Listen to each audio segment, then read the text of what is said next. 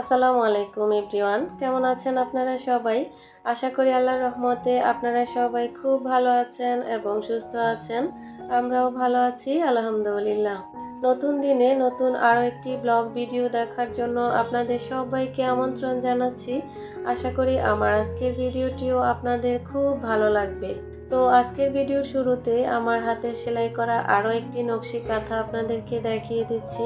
এতদিন পর্যন্ত এই কাঁথাটা আর কি বিছানায় ব্যবহার করতাম, তো এখন যেহেতু গরম শুরু হয়ে গিয়েছে সেজন্য এখন আর বিছানায় কাঁথা রাখবো না। সেজন্যই গতকালকে আমি এই কাঁথাটা ধুয়ে দিয়েছিলাম আর আজকে এই কাঁথাটা তুলে রাখবো। তো ভাবলাম যে এই সুযোগে আপনাদেরকে কাঁথাটা একটু দেখিয়ে দিই, কারণ আমার গত কয়েকটা ভিডিওতে কয়েকজন আপু বলেছিলেন কাঁথাটা ওনাদের কাছে খুবই ভালো লেগেছিল, কিন্তু আর কি কাছে থেকে দেখা হয় না, কারণ কাঁথাটা বিছানার একদম পায়ের দিকে গোছানো ছিল সেই জন্যই আর কি আজকের ভিডিওতে আমি আমার হাতের সেলাই করা এই কাঁথাটা দেখিয়ে দিচ্ছি। এটা আমি গত কয়েক বছর আগে সেলাই করেছিলাম, নীলের মধ্যে হলুদ কালারের সুতা দিয়ে খুবই সিম্পলভাবে আর কি কাঁথাটা সেলাই করেছি। তো যে আপুরা আর কি কাঁথাটা কাছে থেকে দেখতে চেয়েছিলেন, আশা করি আপুরা যদি আজকের ভিডিওটা দেখেন আর কি, তাহলে আপনারা ওই কাঁথাটা দেখে নেবেন। তো এই যে কাঁথা গোছানো শেষ করে নিলাম, তো এখন আমি কাঁথাটা তুলে রাখবো।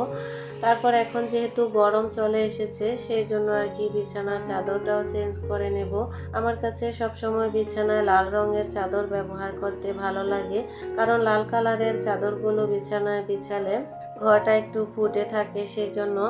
আর এখন যেহেতু গরম সেই জন্য আর কি লাল কালারের চাদর রাখবো না বিছানায়, কারণ লাল কালারের চাদরের মধ্যে গরমের তাপটা একটু বেশি লাগে, সেই জন্য হালকা কালারের মধ্যে আর কি চাদর বিছিয়ে নেব।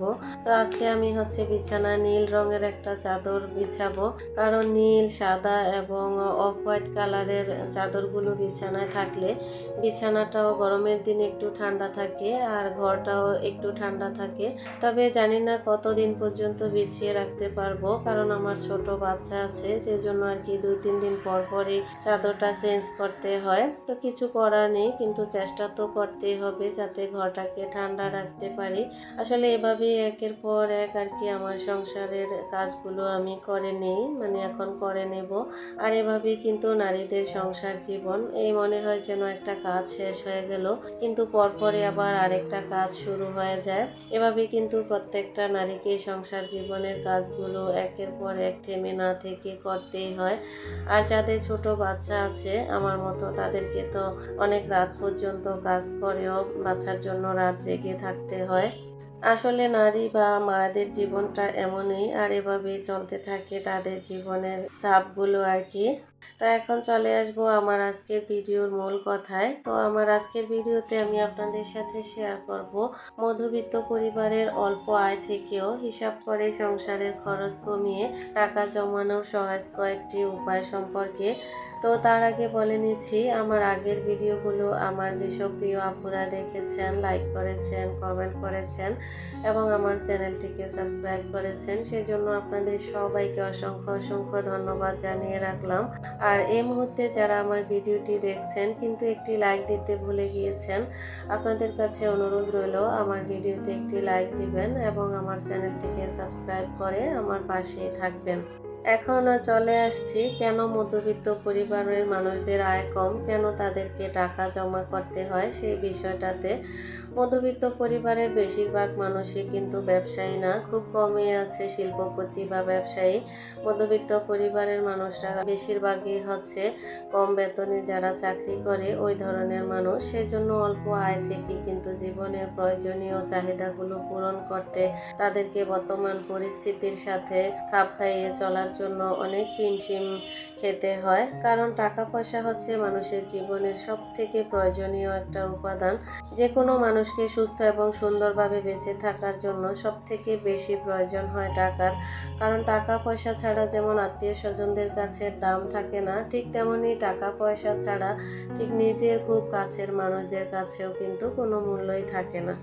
আপনারা একটা জিনিস খেয়াল করেছেন কিনা আমি ঠিক বলতে পারবো না, তবে আমি নিজে দেখেছি যে আত্মীয় স্বজনদের মাঝে যদি কোনো অনুষ্ঠানে বেড়াতে যেতাম, দেখতাম যে যাদের একটু টাকা পয়সা বেশি আছে তাদেরকে বেশি আপ্যায়ন করা হয়, তাদেরকে বেশি সমাদর করা হয়, তাদেরকে বেশি সম্মান করা হয়। আর যাদের টাকা পয়সা কম তাদেরকে কিন্তু কম আপ্যায়ন, কম সম্মান এবং কম সমাদর করা হয়। তো যাদের আর কি টাকা পয়সা একটু কম, যারা এই বিষয়টাকে ফেস করেছে, আমি দেখছি যে তারা অনেকটাই কষ্ট পায়, অনেকটা লজ্জিত হয় এবং অনেকটাই অপমানিত হয়। আমাদের মতো মধ্যবিত্ত পরিবারের গুলোতে কিন্তু এইসব খুবই হয়ে থাকে আর হচ্ছেও। আমি আমার জীবন দিয়ে না দেখলেও অন্যদেরকে দিয়ে কিন্তু এই বিষয়টা দেখেছি এবং কয়েকবার বুঝেছিও। আর আমাদের সমাজে মধ্যবিত্ত পরিবারগুলোর আয় কম হওয়ার কারণে তাদের অল্প আয়ে সংসারের প্রয়োজনীয় খরচগুলো চালানোর পর হাতে খুব একটা টাকা জমানো থাকে না বলেই তাদেরকে আমাদেরকে বিভিন্ন ধরনের সামাজিক সমস্যাগুলোতে পড়তে হয় বা প্রয়োজন অনুযায়ী চাইলেও আমরা যে কোনো চাহিদা পূরণও করতে পারি না। সেই জন্যই মধ্যবিত্ত পরিবারের সংসারের বউদেরকে স্বামীর আয়ের পাশাপাশি স্বামীর সাথে বোঝাপড়া করে, একটা নিয়ম করে, হিসাব করে, কিছু কিছু খরচ কমিয়ে অল্প আয় থেকেও প্রতি মাসে বা প্রতি সপ্তাহে বা প্রতিদিন যখন যত টাকা সম্ভব হয় তা খরচ থেকে জমা করে রাখা, যাতে করে নিজেদের সংসারের যে প্রয়োজনীয় জিনিসগুলো অল্প আয় থেকে একসাথে টাকা দিয়ে কেনা সম্ভব হয় না, সে প্রয়োজনীয় জিনিসগুলো জমানো টাকা দিয়ে কেনা যায় এবং বিভিন্ন সামাজিক অনুষ্ঠানেও নিজেদের সম্মানটা বজায় রাখা যায় বা যে কোনো খারাপ পরিস্থিতি থেকে নিজেদেরকে উদ্ধার করা যায়। মধ্যবিত্ত পরিবারের একজন সাধারণ মেয়ে আমি, আর মধ্যবিত্ত পরিবারেই আমার বিয়ে হয়েছে। আমি মধ্যবিত্ত পরিবারের খুবই সাধারণ একজন বউ বা গৃহিণী। আলহামদুলিল্লাহ, প্রয়োজন অনুযায়ী ভালো এবং সুস্থভাবে বেঁচে থাকার জন্য মানুষের যা যা প্রয়োজনীয় জিনিস থাকে সবটুকু চাহিদা মিটিয়ে আল্লাহ তাআলা এই পর্যন্ত আমাদেরকে ভালোই রেখেছেন। তবে একটা সময় ছিল যখন ভালো থাকার জন্য যতটুকু টাকার প্রয়োজন ছিল সে টাকার কিছুটা ঘাটতি থাকার কারণে আমাদেরকে অনেক সমস্যার মধ্যে দিয়ে যেতে হয়েছিল। কারণ যখন আমার হাজবেন্ডের বেতন কম ছিল, যখন আমার হাজবেন্ড একটা কোম্পানিতে চাকরি করত, তখন ওর পদবিটা অনেক বড় ছিল কিন্তু বেতনটা কম ছিল। আর আমি কিন্তু তখনও জানতাম না যে কম আয় থেকেও খরচ কমিয়ে করলেও কিছু টাকা সেভ করা যায়। ওই রকমের কোনো ধারণাই আর কি আমার ছিল না। এছাড়া আমার হাজব্যান্ড ছিল ওদের পরিবারের বড় ছেলে, তো পরিবারের প্রতিও আর কি ওর একটা অনেক বড়ই দায়িত্ব ছিল। তো তখন আমার শহরের নতুন একটা বাসায় যেসব জিনিসের প্রয়োজন ছিল, প্রয়োজন অনুযায়ী কিন্তু আমি সেগুলো পূরণ করতে পারি না। সেজন্যই আর কি আমাদেরকে বিভিন্ন রকমের সমস্যার মুখোমুখি হতে হয়েছিল। তখন থেকেই আমি বুঝেছি জীবনে টাকা না থাকলে বা হাতে জমানো টাকা না থাকলে বা টাকা কম হলে অথবা মধ্যবিত্ত পরিবারের অল্প বেতন থেকে জীবনের প্রয়োজনগুলো পূরণ করা যে কতটা কঠিন আর জীবনের মূল্যটা যে কোথায় এসে দাঁড়ায়। তারপর থেকে আমি নিজে নিজে আমার হাজবেন্ডের যত টাকা বেতন ছিল সেই টাকার মধ্যে খরচটা কমিয়ে প্রতি মাসের জন্য একটা তালিকা করে নিয়েছিলাম। তো ওর আরও 15 বছর আগে বেতন ছিল 14 থেকে 15,000 টাকার নিচেই। তো এর মধ্যে আর কি ওদের বাড়িতে মোটামুটি ভালো একটা অ্যামাউন্ট পাঠিয়ে দিতে হতো। তারপর যে টাকাটা অবশিষ্ট থাকতো সেটা থেকে আগেই আমি বাসা ভাড়ার টাকাটা সরিয়ে রাখতাম। তারপর আবার যে টাকাটা অবশিষ্ট থাকতো সেখান থেকে আমি 500 টাকা আলাদা করে সরিয়ে রাখতাম। এরপরে 3-4 হাজার টাকা যা হাতে থাকতো ওই টাকাটার মধ্যে আমি সংসারের খরচ করার জন্য প্রতি মাসের শুরুতে একটা বাজারের তালিকা তৈরি করে নিতাম। বাসা ভাড়া এবং আমার শ্বশুরবাড়িতে পাঠানোর পর এবং আমার 500 টাকা হাতে রাখার পর যে টাকাটা থাকতো ওই টাকাটা দিয়ে আমি আমাদের তিনজনের, আমি, আমার হাজব্যান্ড আর তখন আমার বড় ছেলে ছোট ছিল আর কি, তিনজনের জন্য বাজারের একটা তালিকা মাসের শুরুতেই করে নিতাম। এভাবে দেখা গেছে প্রতি মাসের শুরুতে বাজারের তালিকাটা করার কারণে মাস শেষে গিয়ে আমার হাতে আরও 500 টাকা এসে অবশিষ্ট থাকতো। তখন আমি ওই যে মাসের শুরুতে খরচ করার আগে যে 500 টাকা জমা করে রাখতাম এবং খরচ করার পরে মাস শেষে আরও যে 500 টাকা বেঁচে যেত, ওই দুইটা টাকাকে মিলিয়ে প্রতি মাসে মোট 1000 টাকা আমার হাতে এসে জমা হতো। আমি যেহেতু সেলাই কাজ জানতাম আর আমার বিয়ের আগের যে সেলাই মেশিনটা ছিল সেটা আমি আমার বাসায় নিয়ে এসেছিলাম। তো দেখা গেছে বাহিরের কারোটা সেলাই না করলেও আমি নিজের ঘরের যা যা প্রয়োজনীয় সেলাই ছিল এবং আমার বাচ্চাদের পোশাক, আমার ব্যবহারের বোরকাগুলো আমি নিজে নিজেই সেলাই করতাম। এমনকি আমি যে এখন ইনকাম করছি, এখনও আমি নিজের সংসারের প্রয়োজনীয় যা যা সেলাই আছে তা নিজেই সেলাই করি। দেখুন, একটা সংসারের পোশাক সেলাইয়ের জন্য কিন্তু অনেকটা টাকাই খরচ হয়ে যায়, যার ফলে মধ্যবিত্ত পরিবারের অল্প আয় থেকে কোনো টাকা জমা করা সম্ভব হয় না। আমি নিজেই যেহেতু সেলাইয়ের কাজটা পারি আর নিজে সেলাই করছি বলেই সংসারের খরচটা কমিয়ে নিতে পারতাম এবং ওই টাকাটা কিন্তু আমি জমা করেও নিতে পারতাম।